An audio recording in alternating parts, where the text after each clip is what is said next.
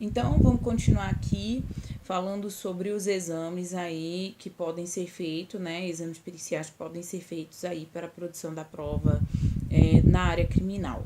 Bem, vamos falar um pouco aí dos instrumentos da infração. Bom, o que são instrumentos da infração? São aqueles que são utilizados no crime, tá?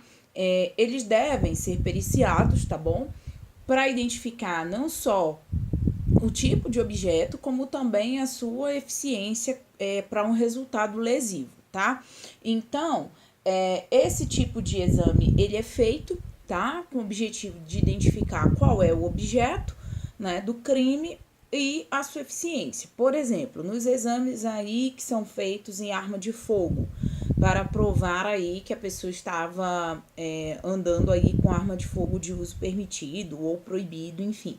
Esse exame, essa arma, então, ela é apreendida.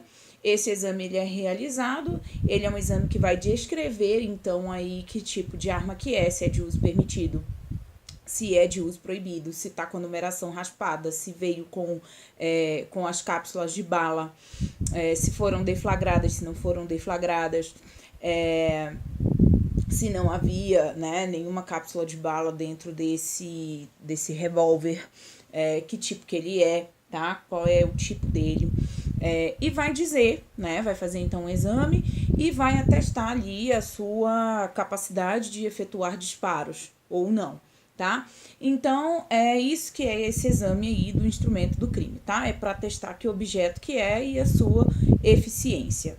Bom, nos exames aí que são feitos, principalmente com relação aí à destruição, o rompimento de obstáculo, o artigo 171 do CPP fala assim: nos crimes cometidos com violação ou rompimento de obstáculo, a subtração da coisa ou por meio de escalada, os peritos, além de descrever os vestígios, indicarão que instrumentos, por que meios e em que época se presumem ter sido o fato praticado. Então, veja bem, é feito então um exame, esse exame vai descrever ali como é que estava o local, né? E ao final esse exame então ele vai dizer, né, que em determinado momento foi arrombado, possivelmente, tal, tá? Então, esses exames aí, eles são possíveis aí, eles vão descrever certinho o que é que aconteceu ali naquele local a partir das informações que constam ali na porta, na janela, enfim, tá? Bom, laudo de avaliação. O que é laudo de avaliação? Essa avaliação, ela é feita, né? Ela é uma aferição, ou seja, oficial, tá? Que vai ver o que foi danificado, né? Vai além do produto do crime. Isso vai ser importante aí para a dosimetria da pena, né? Para uma mitigação aí, por exemplo, no crime de furto com pequeno valor, né? Ou um estelionato com pequeno prejuízo. Mas também é importante para definir o quê? Reparação do dano causado, que a gente já viu que pelo 387, inciso 4º, é possível a fixação da reparação mínima de dano. Esse ressarcimento aí, obviamente, ele vai ser fundamental para que no futuro se consiga aí um livramento condicional, reabilitação. Vai servir de parâmetro para a ação civil ex-delito. E aí deve indicar, né? O perito, então, ele vai indicar aí o estado da coisa, né? Avaliada, essa extensão do dano, qual seria o valor de mercado. E aí, gente, sem o laudo, né, fica de pouca utilidade aí você fazer essas averiguações. Então, sempre que possível, né, esse exame, ele deve ser realizado, tá? Ele deve ser realizado aí, deve ser feito aí, então, esse laudo de avaliação. Bom, vamos falar de interrogatório. O que é interrogatório? Interrogatório é uma fase, né, dessa persecução criminal em que o suposto autor do fato, ele pode dar a sua versão sobre o que aconteceu, né? E ele pode aí praticar a sua autodefesa, tá bom? Quanto à natureza desse ato, né? Esse ato aí, ele pode ser um meio de prova, né? Que é o que é tratado pelo código, tá? O código dá um tratamento como meio de prova. Ele é também um meio de defesa, né? Pode ser entendido como um meio de defesa, porque é uma oportunidade para que esse acusado ofereça a sua autodefesa. E ele pode ser um meio de prova e defesa ao mesmo tempo, que é o que tem sido, é o que tem prevalecido, tá? O interrogatório como meio de defesa e como meio de prova, né? De forma aí subsidiária, tá? Bom, o interrogatório, ele é realizado perante a autoridade judicial, tá? Enquanto a sentença não estiver transitada em julgado. E vai ser realizado, né, sempre que possível, sob pena de nulidade. Claro que essa nulidade, ela não vai acontecer pela não realização efetiva do ato, e sim pela sua supressão. O que acontece? Uma coisa é aquele réu que foi pessoalmente citado, tá bom? Foi pessoalmente citado, ou seja, ele tinha conhecimento, ele sabia que tinha que manter os endereços atualizados e tudo, e aí esse réu, então, ele deixa de comparecer à audiência de instrução e julgamento. Nesse caso, o que vai acontecer? O juiz vai decretar a revelia dele, tá? E o processo criminal, então, ele vai ser tocado a partir de então, sem a necessidade de intimação desse réu para os atos do processo. Isso daí não geraria nenhuma nulidade. Por quê? Porque ele estava ciente, né, do processo, ele estava ciente que tinha que comparecer ao ato processual e não compareceu. Agora, situação diferente, por exemplo, é aquela em que, por exemplo, o réu, né, a época da intimação, isso foi um caso que aconteceu comigo. A época da intimação, o réu estava preso, tá?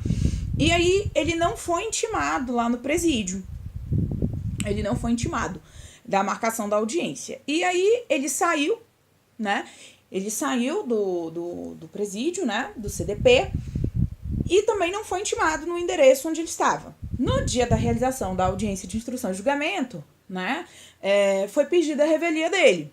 O que a defesa fez? A defesa se manifestou contra, informando que ele estava preso, né, que na época da intimação ele estava preso, né, na época que foi marcada a audiência de instrução, ele estava preso, ele não foi intimado nem na sua casa e nem no presídio, né, nem no CDP. O que aconteceu? A defesa pugnou, então, que retornasse aí a esse ato, né, a fim de que se evitasse nulidades no processo. E foi acatado, né, depois dessa ponderação, foi acatado e foi determinada a intimação dele, tá? Então, veja bem, o réu, ele precisa estar ciente da audiência de instrução e julgamento ou da audiência designada para o interrogatório dele, tá bom? Agora, se ele está devidamente intimado e aí ele não comparece, então isso daí não geraria nenhuma nulidade no processo, isso geraria revelia. Agora, se por alguma razão ele deixar de ser intimado para esse ato, né, aí não, aí realmente poderia gerar uma nulidade, tá? Então, essa seria aí a diferença. Bom, a todo tempo o magistrado pode, né, interrogar aí esse acusado, pode ser de ofício, pode ser por requerimento das partes, tá? E até mesmo na pendência de um julgamento de apelação, pode ser que o tribunal entenda, tá, por proceder um novo interrogatório, tá bom? As formalidades do interrogatório. Bom, via de regra, ele vai ser realizado como um ato público, tá? Ele é um ato personalíssimo, então ele não pode ser realizado por uma terceira pessoa.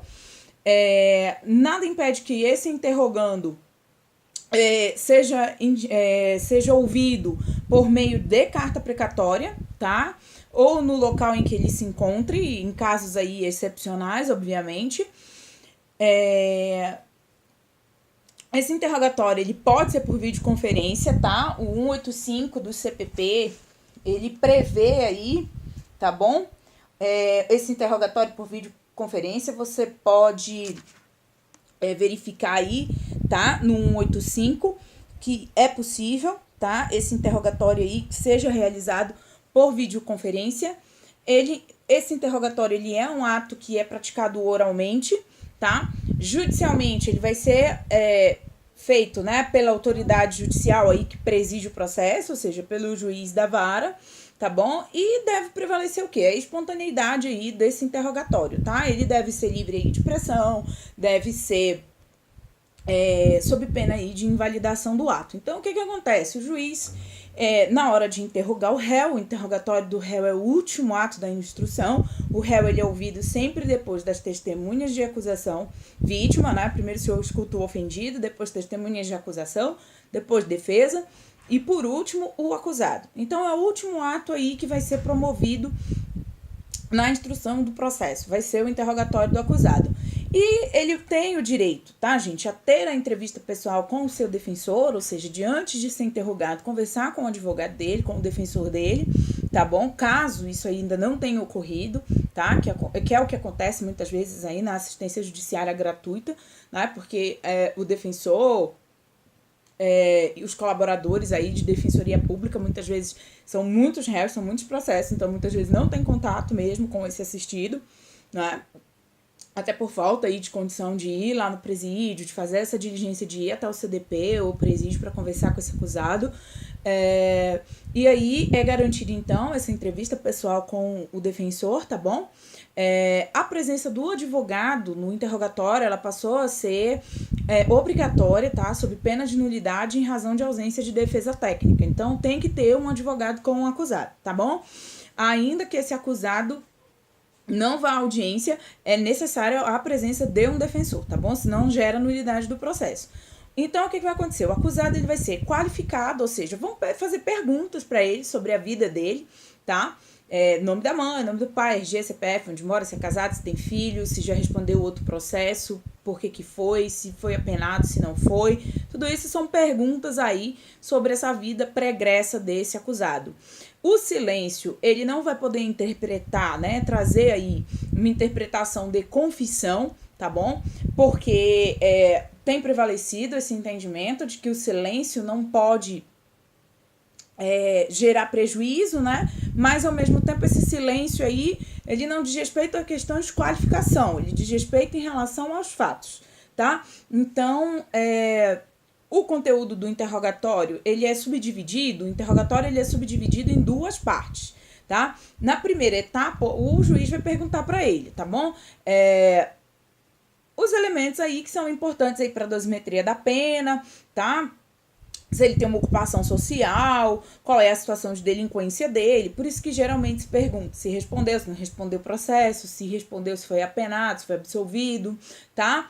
E aí, em seguida, se passa aí para a etapa do mérito. O que é a etapa do mérito, né? A etapa do mérito é perguntar para ele, né? Se é verdadeira a acusação.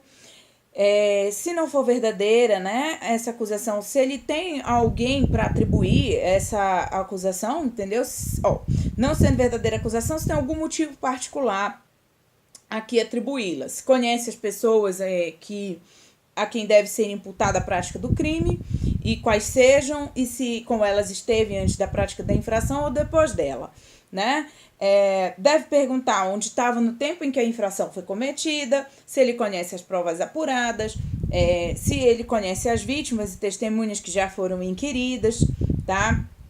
Ou ainda por inquirir, desde quando e se tem alguma coisa contra elas, se conhece os instrumentos com que foi praticada a infração, e aí os demais fatos, né, que são os pormenores aí, né, que conduzam à elucidação dos fatos, esses antecedentes e circunstâncias da infração. E se tem algo mais a alegar em sua defesa. Então, essa é a segunda parte do interrogatório, tá? Tá aí no artigo 187. 187 aí, a partir do parágrafo 1º, você pode estar vendo aí todos essas nuances aí, então, do interrogatório do acusado. O interrogando, né, ele não é obrigado a responder as perguntas, tá bom, gente? Inclusive aquelas que são formuladas até pelo seu próprio advogado, tá bom? A lei permite aí que sejam as testemunhas, né, interpelem diretamente, sem um obstáculo judicial, seria o termo do artigo 212. No plenário do júri, né, como já falamos, essas perguntas elas são feitas por meio do juiz presidente, tá? Numa interação direta com o réu, tá? E os jurados, por sua vez, eles vão perguntar sempre por meio do juiz que preside o julgamento. Então, o jurado, ele não pergunta diretamente para o réu. Quem pergunta diretamente para o réu é o juiz. O jurado pergunta ao juiz e o juiz reporta pergunta aí, então, a esse acusado. Essas formalidades, né, elas vão ficar consignadas numa ata, tá bom? O artigo 405 do CPP, parágrafo 1º, né? Ele traz assim: o registro do depoimento do investigado, do indiciado, o ofendido, testemunha, será feita por meio de recurso de gravação magnética, estenotipia digital, meios ou recursos de gravação magnética, tá? Inclusive audiovisual, destinado a obter a maior fidelidade da informação. O que acontece? Atualmente, os interrogatórios criminais, pelo menos aqui em Brasília, eles têm sido tomados, né, depoimento aí por meio de mídia, né, o audiovisual que vai para uma mídia no processo, e aí essa mídia, então, ela consta do processo e todas as testemunhas, toda a prova oral produzida em audiência é produzida dessa maneira. E isso fica lavrado, então, aí na ata de audiência, tá? Fica lavrado na ata da audiência. E aí, o que acontece? O interrogatório, ele pode acontecer por via de videoconferência, tá? Isso é uma exceção, mas ele é possível, tá bom? Quando? Para prevenir o risco à segurança pública, quando exista uma fundada suspeita de que o preso integre alguma organização criminosa ou que possa fugir durante o deslocamento. Para viabilizar a participação do réu no referido processo, no ato processual, e para impedir a influência do réu no ânimo da testemunha ou vítima, tá? Ou por uma questão de gravíssima ordem pública.